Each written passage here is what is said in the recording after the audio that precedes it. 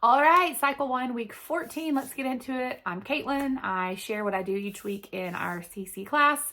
I tutor the 5 to 7-year-olds, Abecedarian / Apprentice kiddos. And so this is what I do with my kids in class. All right, so for timeline this week, I let the kids come up and take turns pointing with the pointer at the timeline cards as we sang the song. So it's super simple. For math, for liquid equivalents, I use a song that is to the tune of Supercalifragilisticexpialidocious. So I sang that a couple of times, and then I had them line up the wall, and when we would sing 2.54 centimeters equals 1 inch, we would take like a tiny step. And then when we sang about 12 inches equals 1 foot, we took a medium step, and then we took a big step, and then they did a leap for that last one. And so they just moved across the room as we sang the song, doing little steps that kind of corresponded with the amounts. For history, we of course sang the CC song, and I used, again, the Driven by Grace hand motions, which I always link to her stuff, and also everything that I share is linked in a blog post in the description of this video, just in case you forgot or this is the first video of mine you've watched. So for 700, we did 700. Ghana was known as the land, we did land of gold. The Mali nation took control of the gold trade. We did this for trade in 1240 and established Timbuktu as a center of trade, culture, and learning.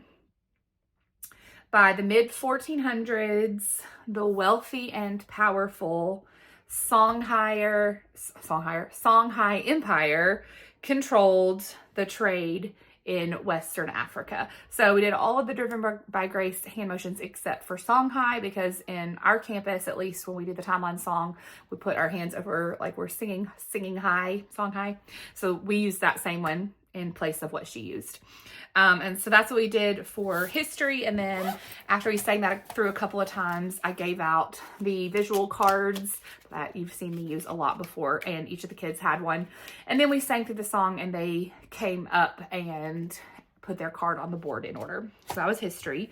For geography, we I have little bitty popsicle sticks that we use as pointers, and so they each I don't have one to show you, but they're just little bitty sticks, and they used them, we found the locations on the map, we traced them with a dry erase marker, then we used our pointer to point to them several times through, and then we erased them. So that was geography.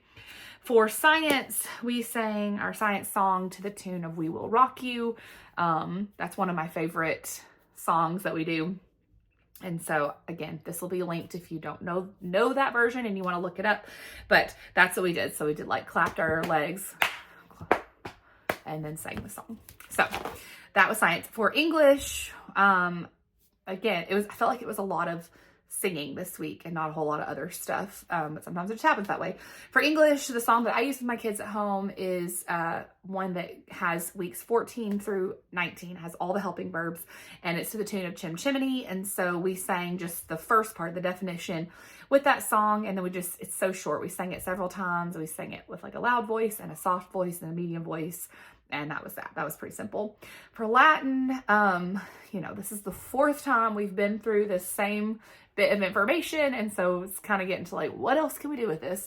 So I offered to the kids to let them come up and teach it to the class, and so I only had one kid take me up on it. She came up and she pointed with my pointer, and we talked through them, but no one else was really interested. So instead, we just did like call and response, or whatever the right word would be for that. So like I would say nominative, and the class would say subject, and I would say genitive, and they would say possessive. So we did that a couple times, moved on.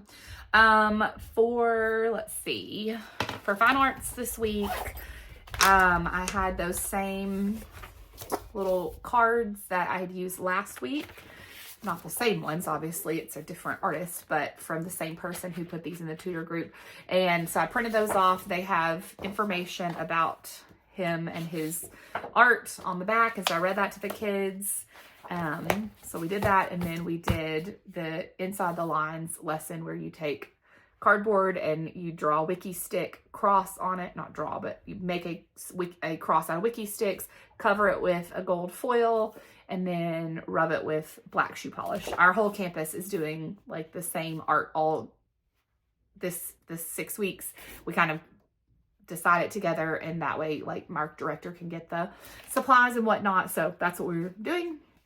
She supplies all that stuff and we just do it there in class. So that was art. And then for review, again, I'm reusing most of my review games from last semester. So we did Wiggle Worm. Again, we did that one last time, which this is just a jar from Dollar Tree with painter's tape around it so they can't see the sticks.